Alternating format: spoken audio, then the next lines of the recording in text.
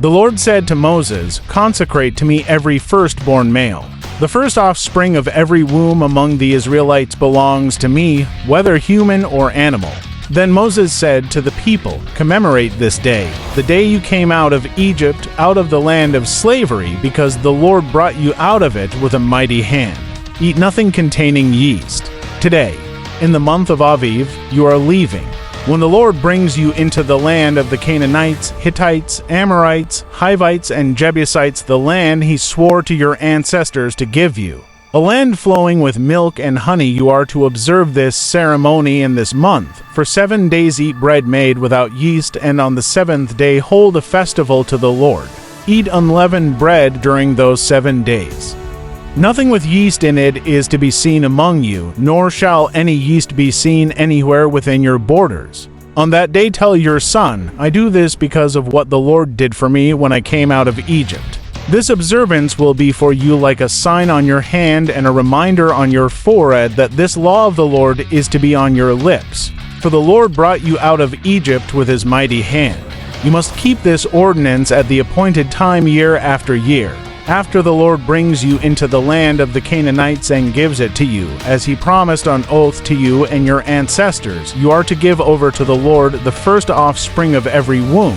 All the firstborn males of your livestock belong to the Lord.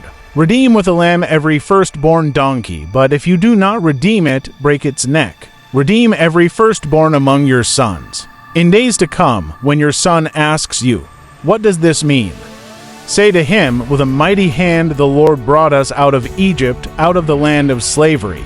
When Pharaoh stubbornly refused to let us go, the Lord killed the firstborn of both people and animals in Egypt. This is why I sacrifice to the Lord the first male offspring of every womb and redeem each of my firstborn sons. And it will be like a sign on your hand and a symbol on your forehead that the Lord brought us out of Egypt with his mighty hand." When Pharaoh let the people go, God did not lead them on the road through the Philistine country, though that was shorter.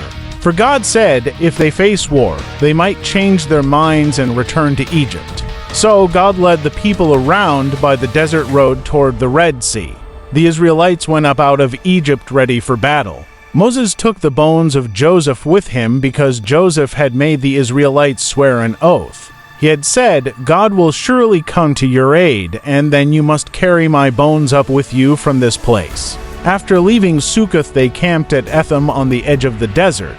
By day the Lord went ahead of them in a pillar of cloud to guide them on their way, and by night in a pillar of fire to give them light, so that they could travel by day or night. Neither the pillar of cloud by day nor the pillar of fire by night left its place in front of the people. Exodus 13 to 120 to Niv.